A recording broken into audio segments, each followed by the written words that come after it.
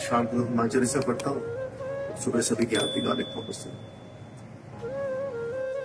थोड़ा सा साधना में लगो, थोड़ा सा भी साधना में और लगो, तब बात बनेगी।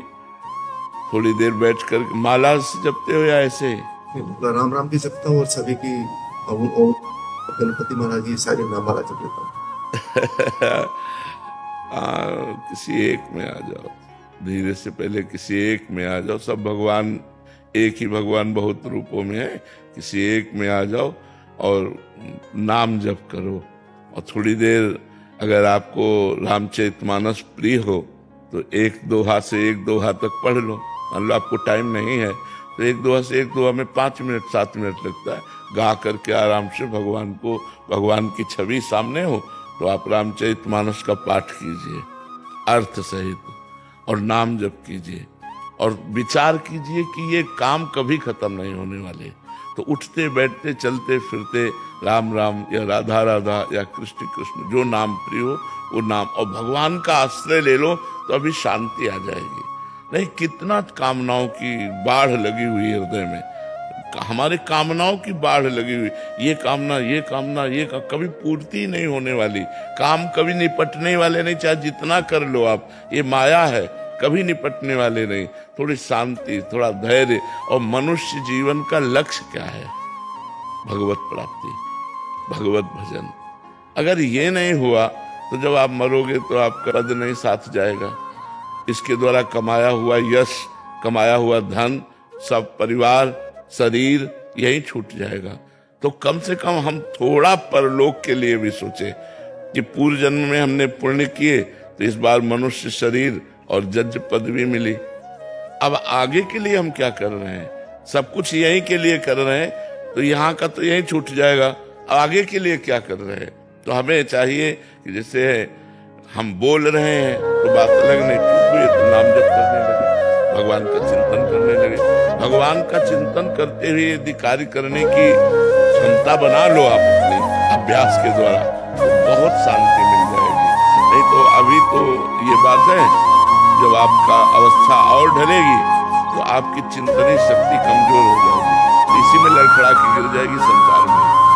फिर आप परमार्थ का चिंतन कर ही नहीं सकते, केवल वही संसार का चिंतन करेंगे। इसलिए हमें लगता है थोड़ा सा सावधान हो जाइए और नाम जप कीजिए, और भगवत जो वाणी है संतों की, उसको नियम पूर्वक सुनिए। संतों की वाणी सुनिए। सुनते हैं आप? तो फेसबुक पे अगर ध्यान पूर्वक सुनो और उसको अपने आचरण में उतारो तो बड़ा मंगल हो जाएगा। सत्संग और नाम जप, साधन को हरिभजन है कै सत्संग सहाय। सत्संग से निश्चित परिवर्तन हो जाता है।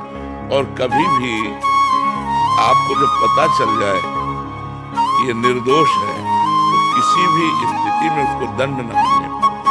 ये मतलब आपके द्वारा कभी ऐसा न हो। अपने पद का सदुपयोग करें, किसी के प्रलोभन से या भय से।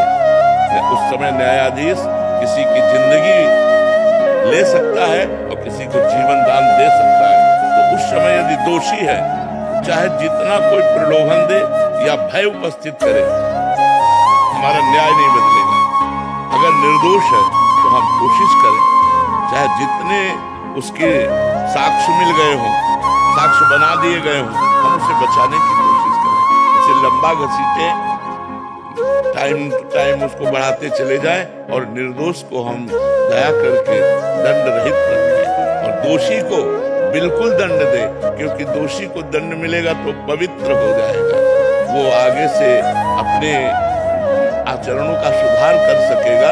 इसलिए हमें लगता है अगर हम अपने पद का सदुपयोग करें, भगवान का नाम जप करें और सत्संग सुने तो हमें बहुत लाभ प्राप्त होगा। व्याकुलता बनी रहती। किसकी व्याकुलता? हाँ, यही तो माया का खेल है। अगर यही व्याकुलता भगवान की बनी रहे तो सिद्ध पुरुष हो जाओ। भगवान के लिए कब मिलेंगे, भगवान कब मिलेंगे, ऐसी व्याकुलता हो जाए तो जीवन धन्य हो जाए।